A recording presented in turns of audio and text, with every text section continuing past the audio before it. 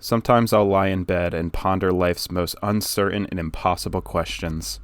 Am I really a Sonic fan? Sonic losers! Why? Because Sega hates you. Where do I begin? Yeah, me and Sonic have a dicey relationship, but I do know probably too much about the guy, and have played most, if not all of his games in some capacity. So, like it or not, I have to face the facts that Sonic is a pretty big part of my life, I guess. And I don't think it's too far-fetched to say he's a big part of your life if you're watching this video. Sonic has had this unbelievable, passion-driven staying power in the gaming community. It's honestly super cool, leading to a ton of amazing fan projects. There's this appreciation for the IP that can be really felt within the community, but also leads to a lot of opinions on these games being tossed around and argued in nauseam. And I've definitely been guilty of perpetuating these dumb arguments. I've always been pretty vocal about my disdain for a lot of Sonic media in the past, though as I've gotten older, I've sort of warmed up to the weird and experimental parts of his franchise. I don't think I'd be as invested in Sonic if he didn't have a spin-off comic where Knuckles fights a giant pig gorilla, for example. Even so, I can pinpoint the exact moment the series kind of burned me, and made me much, much, much more critical on Sonic media. A certain game came out, and I, had certain opinions on it, which I'm sure the title and thumbnail of this video is making it painfully obvious on what that was, but let's back up a bit before I get embarrassingly upset about this game. Let's get embarrassingly gushy about Sonic Adventure 2. As a kid, SA2 was my first Sonic game, and me and my brother were enraptured with this game. The gameplay, the setting, the music, everything was there for little me to fall in love with. It was also probably the first video game story that made me use my tiny brain a little, keeping track of events in the story and being able to process the emotion of the characters. It was a lot for little old me back then. We replayed the levels over and over, trying to get the higher ranks and getting all the emblems. I don't think I ever actually did that, sadly. I should do that one of these days.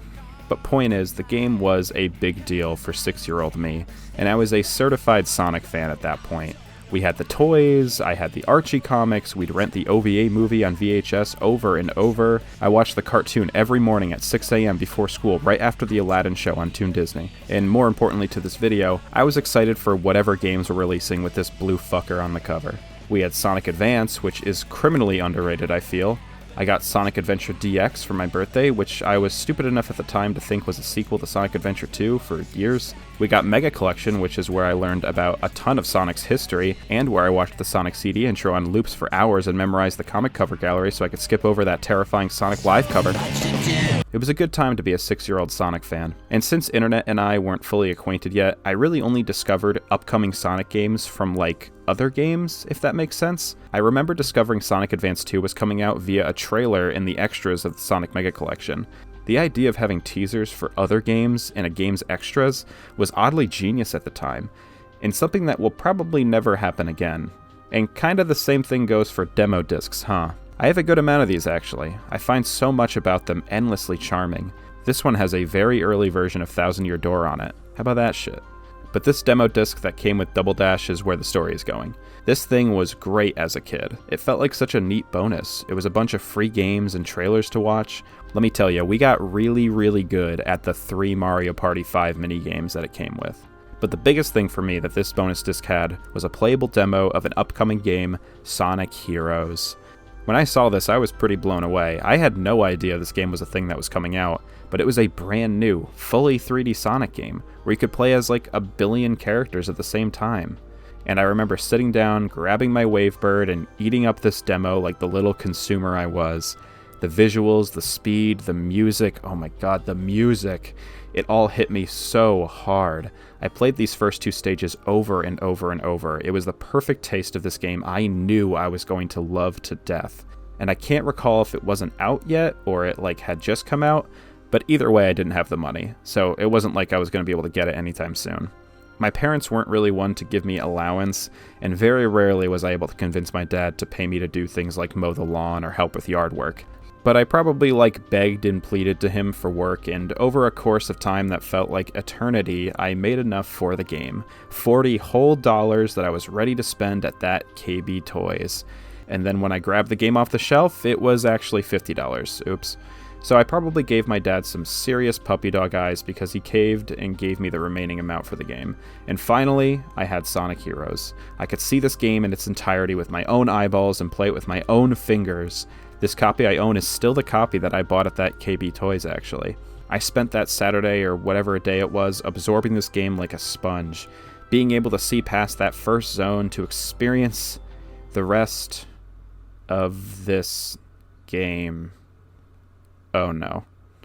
That first zone that the demo had was by far the most fun this game had to offer. Everything after started to go downhill, and really fast. The second zone, the Metropolis one, had levels that felt like an eternity, with tons of boring hordes of enemies to mash A at. The casino zone after that was a mess with mechanics that felt like I was barely in control, and God, don't even get me started on Rail Canyon. That zone destroyed me mentally. Very rapidly, my excitement disappeared for this game. It was bad. It was really bad. It was frustrating and stupid and janky. The levels were tediously long, and the other teams that I thought would have been this game's saving grace were all the same fucking game. All the character stories were just weird, slightly remixed versions of the same stage. They didn't even really control any differently. To say I was disappointed would honestly be an understatement. I ended up hating this game. Truly, truly hating it. I remember crying after like the 700th unfair death in Rail Canyon. I was having such a miserable time playing it and felt like I wasted my hard-earned money. It was pretty dang crushing. We'll get into how I feel about the game nowadays, but at the time I was a certified Sonic Heroes hater. I was desperately trying to get some mileage out of my money, but I just wasn't enjoying any part of the game. Even at 8 years old, when you really hate something, its flaws just become more and more distracting. I'd notice how unfinished and janky the boss fights felt, or how ugly and shiny the characters looked, and just kind of how safe and sterile the game felt compared to something like SA1 or SA2. And truthfully, it was kind of fun to hate. At that age, I really didn't have any games that I despised like this one. I had games that were bad or boring, but it really didn't get to me. But this one got to me. I'm a believer that a feeling of any emotion, especially at that age, is healthy, even if it's technically a negative one. And something as inconsequential as a video game is the perfect outlet for that emotion as a kid. I feel also had a positive effect on how I consumed media in general. I wasn't about to sit down and just consume it like some sheep. The little hamster in my brain was on his little wheel, breaking down and learning to critique something. It may have manifested a little harshly, to say the least, but it's valuable, I feel. So anyways, this very much tainted the good faith I had in Sonic. This character and series that I was so thoroughly enjoying up to that point kinda stunk really bad all of a sudden, especially in the game department. I became kind of this little Sonic elitist, thinking any new game they made was stupid or silly.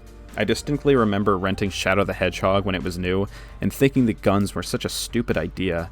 In some rebellious strike against the idea, I tried to beat the whole game with just homing attacks.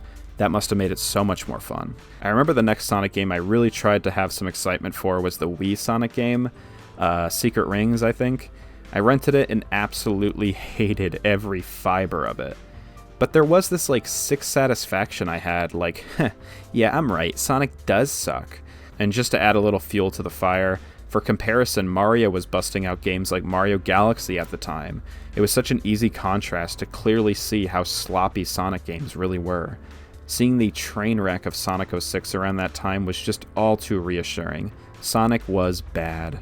That was my opinion on the guy and his games. I even began to have kind of harsh opinions on Sonic Adventure 1 and 2, which is just so odd to think about now. This harsh, rebellious hatred of the Blue Man stuck around for quite some time. I'd say probably until Sonic Colors, a game I remember expecting to be bad, but surprised me at how solid it was.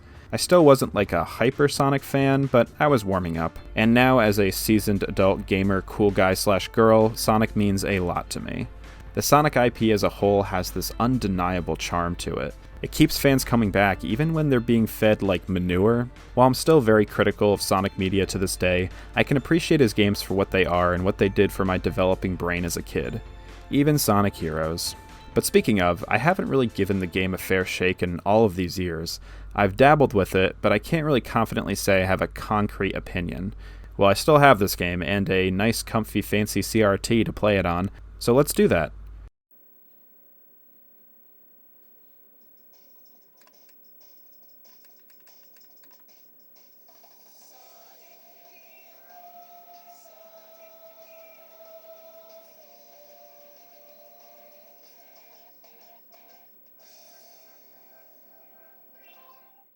Okay, so like, here's the deal. I don't want to shit on this game too much. I completely understand it has its fans, but I really, really never understood where the love was coming from with this game. I've been gutted for my opinions on this game in the past, so I'm going into this with an open mind. So let's start with the good. For starters, the music is, like, really, really, really good. Sonic always has bangers, but this game goes particularly hard. Songs like Ocean Palace and Hang Castle are some of my favorites in the entire series. That's it. Now to the bad. I've tried playing through this game many times over the years, and every single time I can almost feel the positive experience people seem to share about it. But it's just way too overshadowed by the million things I can't stand. Let me start with the core of this game, the level design and gameplay mechanics. So like, I get it. Switching characters is a neat idea, and the first zone really does showcase this idea well. There are a lot of different paths depending on who you choose to switch to, which are decisions that you make on the fly, which just feels really good and satisfying. But as the game goes on, I swear, this sort of clever use of its mechanics just starts to dwindle. You get a lot more stop, switch, do thing, go level design, if that makes sense. Things don't feel connected in a seamless way. It's probably possible to switch fast and keep the momentum up, but casually it feels like walking through mud sometimes. I also just don't feel there's that much excitement going through the level design itself. Like, obviously there's plenty of platforming obstacles and enemies to smack yourself at, but it never felt too satisfying in my opinion. Just sort of like, get through the stage, and that's all I felt from it. The leveling mechanic is a neat idea, but I kind of feel it doesn't result in too much either. You just sort of hope you get the level up orb thing from enemies or boxes. There may be more rhyme or reason on how you get them, but I never noticed. It never really feels like a reward for playing well, just something you will inevitably find by the end of the stage. It would honestly feel a lot more substantial if getting hit reduced a level or something, or if using a certain character gave you certain orbs and the level design had more instances of paths only available with higher leveled characters.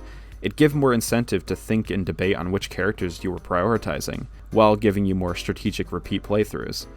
But nah, it just boils down to character more fun at level 3, so find thing randomly and make game more fun. That's the mechanic.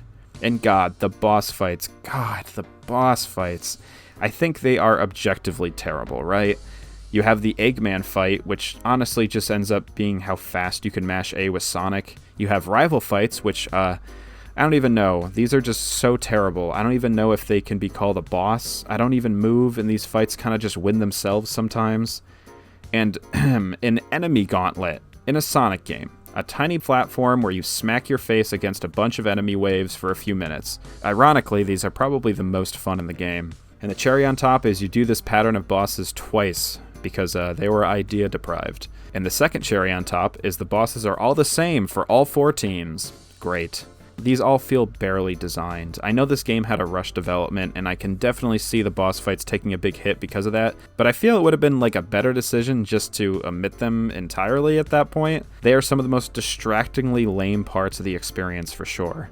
A big gripe I had as a kid was that the game was just way too frustrating, and I 100% still see that. The game is way too happy to just kill you for minor mistakes like switching rails, slightly missing a platform, or just getting knocked around by enemies. It's honestly really jarring because the game as a whole feels like it's much more catered to a younger audience. Not that Sonic was like a mature game before, but you get what I mean. Like, for example, this part in Rail Canyon, I accidentally hit the cannon after Tails got taken by this robot guy. I guess I just didn't react in time. So this next section was impossible because I needed all 3 of them. Is that like a mistake by the devs or a punishment for being slightly careless on my part? While recording this footage for the game, I kept having the patented Sonic Heroes moments, dying over and over to the lamest shit. I have to give the game credit where credit's due. It makes my job a lot easier when it comes to getting proper B-roll. Like I said before, I feel the other teams could have been this game's saving grace, but they all failed to be any more fun than Team Sonic. I think Team Dark might be the most rewarding, making you sorta kinda think about when you should use your screen wipes and level ups, but honestly, the award should go to Team Rose because baby mode means their stages are a lot shorter, which is less game to play.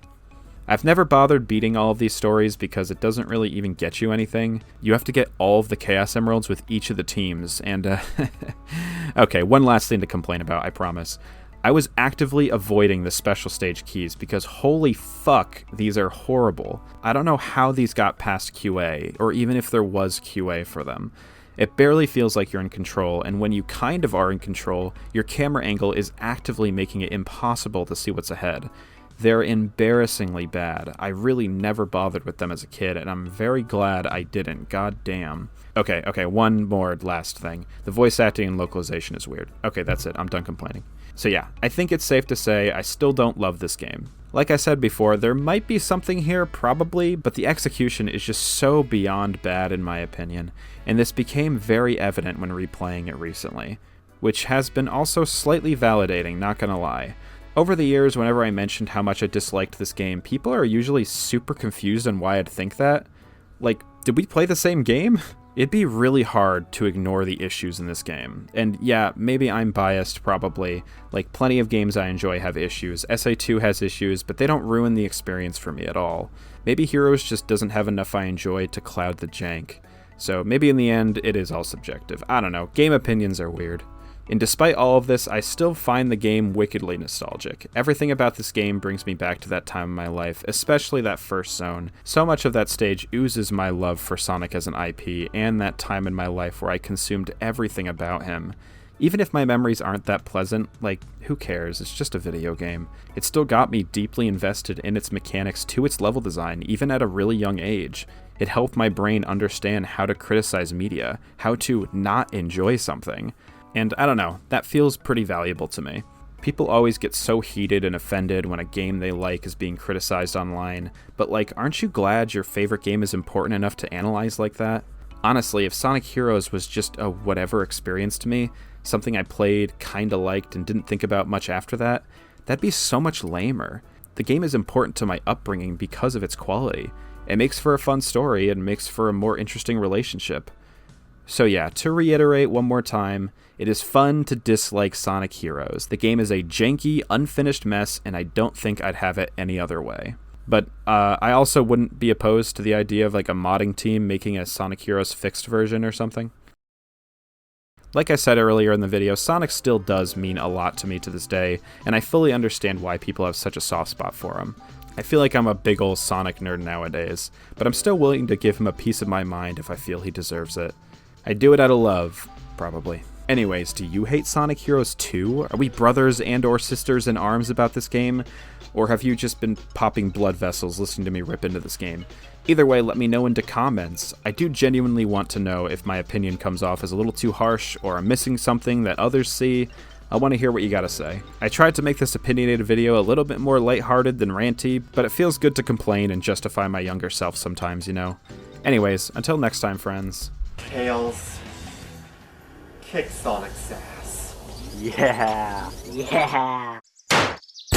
Now that's a Sonic boom!